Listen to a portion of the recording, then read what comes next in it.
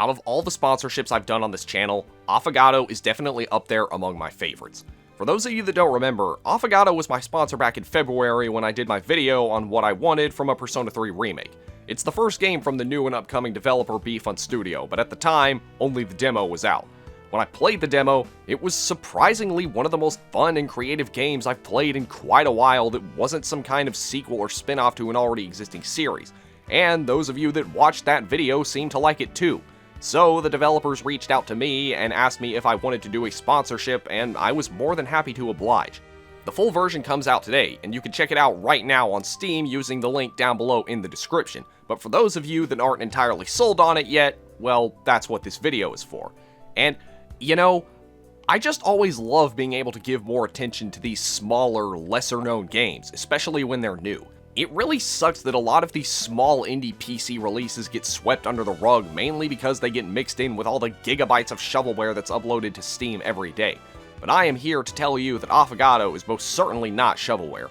The developers put a lot of care and passion into the development of this game, and it is definitely worth checking out.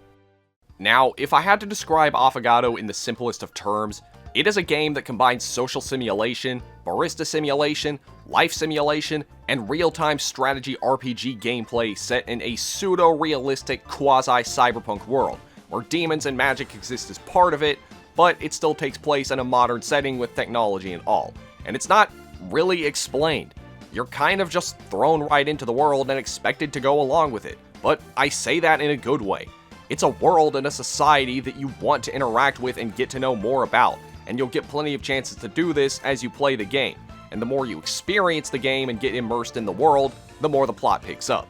In it, you take on the role of Affogato, a barista who just moved into the big city to open her new coffee shop that she runs with her demon friend Mephisto, and the game follows their efforts to make a living and make new friends in this strange world. As for the gameplay, well, the first half of the game revolves around you managing your coffee shop called The Witchery, managing your life, and interacting and forming bonds with the people you meet throughout the story, who you'll see both during and outside of work.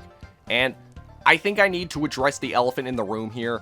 I know how cringeworthy it is how so many people compare everything to Persona 5 when they see something even mildly resembling it, especially when a lot of the things Persona 5 is known for, it wasn't even the first game to do. But the similarities to Persona here are not coincidental. In fact, it's one of the reasons the developers reached out to me to have me cover this game.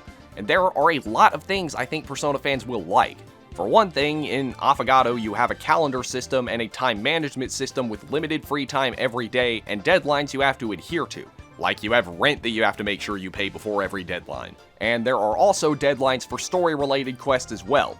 You can either go ahead and get these things out of the way as soon as you can, or you can procrastinate and save them for later. During your free time, you can do things like run your shop, engage in optional battles, spend time with side characters, or do various activities to increase your social stats, which you will need to do to be able to increase your bonds with said characters.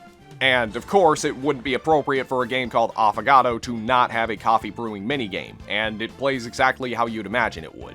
Just like real barista work, except without 60-year-old ladies yelling at you for taking more than a minute during rush hour and not accepting their totally not fake coupons from shady-looking websites.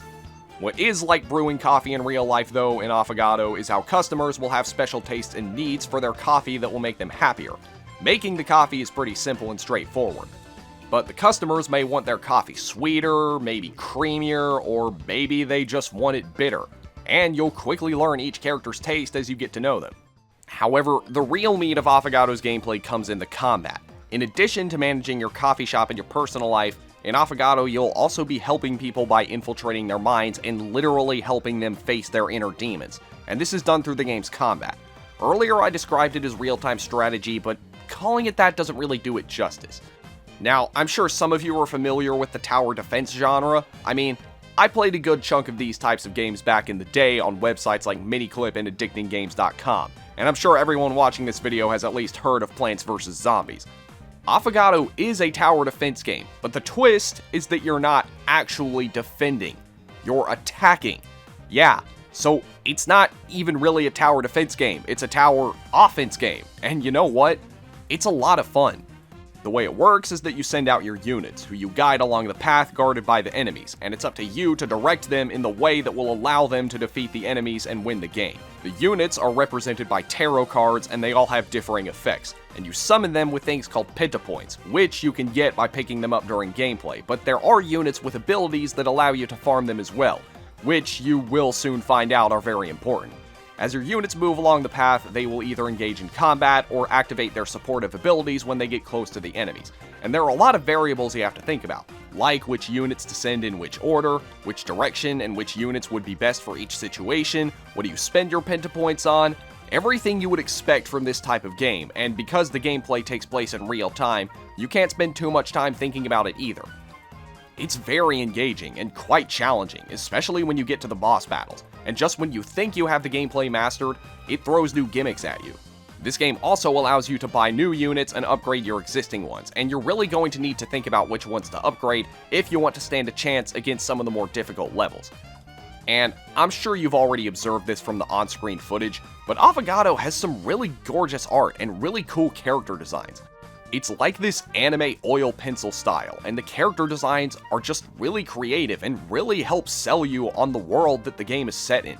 Characters you interact with will just be casually sporting horns or animal ears, and in the world of Affogato, that sort of thing is just par for the course of everyday life. This game is graphically impressive too. The overworld takes place on this 3D plane where characters are represented by models that look like 2D paper crafts, much like Paper Mario and Danganronpa, while during combat the game takes place from an isometric viewpoint. And I just love how the units are portrayed as these little chibi paper crafts, especially with the way they bounce around. It's just so cute. And the artwork on the tarot cards is really creative too. Oh, and the music, just give it a listen.